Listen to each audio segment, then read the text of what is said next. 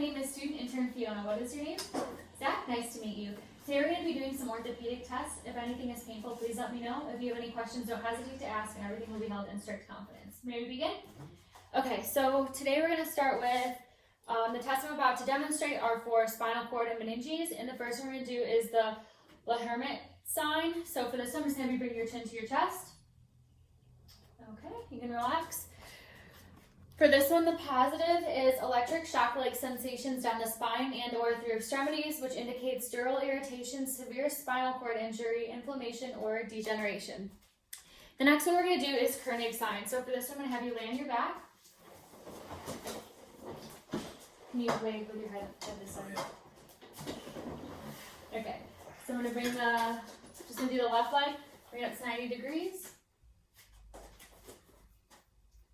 And then we're just going to extend. Okay. And then you can go ahead back to seated. For this one, the positive is the patient is unable to fully extend the leg and or pain, which indicates meningeal irritation or meningitis. The next one we're going to do is the Brzezinski sign. So for this one, you're going to be on your back again. Sorry, make sure your head's on this side. And then I'm just going to flex your head to your chest.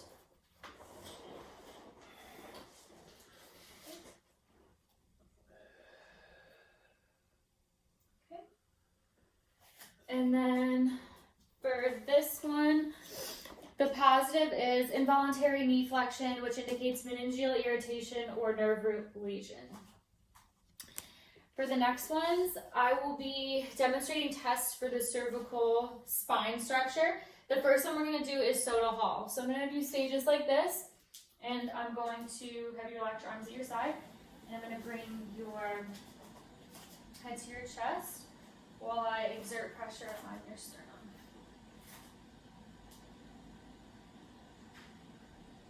Okay. And then the positive for this one is generalized pain in the cervical region, which may extend down to the level of T2. Indicates non-specific test for structural integrity of the cervical region. And then the next one we're going to do is the Valsalva maneuver. So for this one, I'm going to have you go ahead and go seated. And then this one, you're going to hold your breath and bear down like you're having a difficult bowel movement. Okay? You can relax. Positive for this one is radiating pain from site of lesion, usually recreating the complaint in cervical, thoracic, or lumbar area of the spine, indicating nerve root entrapment by a disc lesion. For the next test, I will be demonstrating tests for foraminal encroachment. The first one we're going to do is cervical foraminal compression. So for this one, I'm just going to have you go ahead and sit up. I'm just going to compress the top of the head. Okay. And the positive for this one is exacerbation of localized cervical pain, which indicates foraminal encroachment or facet pathology without nerve root compression. And the second positive is exacerbation of cervical pain with a radicular component, indicating foraminal encroachment or facet pathology with nerve root compression. The next one we're going to do is Jackson compression. So it's going to be the same thing, but you're just going to laterally flex to the left. Laterally flex to the left. And I'm just going to push down. Okay. And you would do both sides for that. Positive is exacerbation of localized cervical pain, which indicates foraminal encroachment without nerve root pressure or facet pathology. And then positive would be exacerbation of cervical pain with the radicular component, which indicates foraminal encroachment with nerve root compression.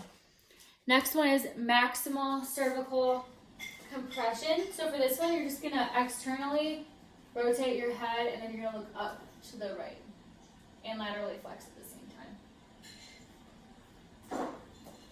Okay, and then positive for this is pain on the concave side, which indicates foraminal encroachment with or without nerve root compression. And then the next one we're going to do is cervical distraction.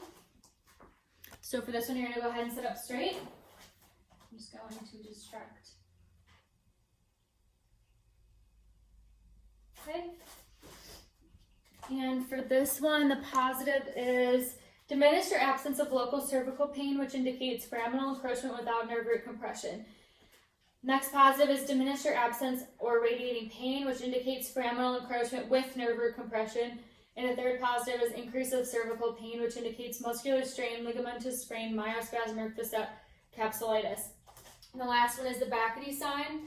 So for this one, you're just going to bring your arm up like this, and you're going to grab the back of your head with your elbow facing forward. Okay? And then positive for this one is decrease or absence of radiating pain, which indicates cervical foraminal compression, nerve root entrapment, because this, usually C5, C6 level, because this motion elevates the suprascapular nerve and relieves traction on the upper brachial plexus. Okay, so I'm now going to be demonstrating tests for thoracic outlet syndrome. I'm going to start with the Adson test, which is also known as the anterior scaling maneuver. So for this one, I'm just going to have you relax your arms out to your side, and you're just going to be looking up towards me like this. Yep, or like a little bit up to the ceiling. I'm just going to find the radial pulse. And you would hold your breath for this one. So take a deep breath in and hold. And I would monitor the pulse. So for this one, the positive is pain and or paresthesia, decreased or absence of pulse amplitude and pallor. This indicates a compression of the neurovascular bundle by scalenus, anticus, or cervical rib. The next one we're going to do is the Eden test, which is also known as the costoclavicular maneuver. So for this one, you're going to bring your shoulders back like this, and you're going to stay in your neutral position. I'm going to find the radial pulse again. The radial pulse. And you're going to take a deep breath in and hold, and I would monitor the radial pulse from here. Okay, you can relax. And for this one, the positive is pain and or paresthesia, decreased or absence, pulse, amplitude, and pallor. This indicates compression of neurovascular bundle between the clavicle and first rib. For the next one, we're going to be doing the Wright test, which is also known as the hyperabduction maneuver. So for this one, I'm going to be doing the same thing. Find the radial pulse, and then I'm just going to bring your arm up like this. Take a deep breath in and hold, and then I would hyperabduct. Up like this. Okay. You can relax. I'd be monitoring the pulse with that one as well. And the positive for this is pain and or paresthesia, decreased or absence of pulse amplitude and pallor. This would indicate compression of the axillary artery by pectoralis minor or coracoid process, or thoracic outlet syndrome. For the next ones, I'm going to be demonstrating tests of the ulnar nerve. The first one's going to be the Tinel elbow sign. So for this one, I'm going to bring your arm out like this. I'm going to palpate here.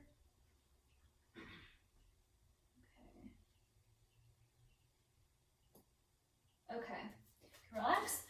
Positive for this one is pain and or tenderness at the site being tapped or paresthesia in the ulnar nerve distribution area, indicating neuroma of the ulnar nerve.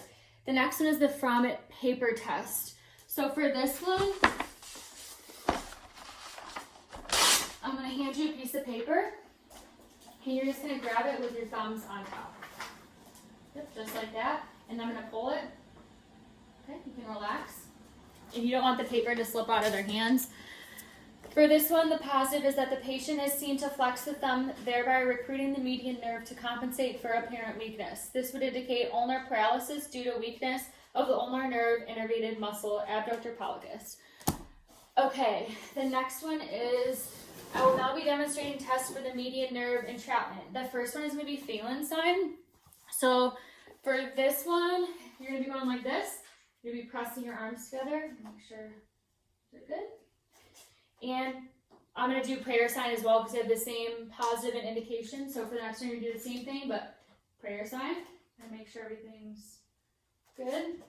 Positive is reproduction of pain and or paresthesia in the median nerve distribution area, indicating median neuritis, possible carpal tunnel syndrome.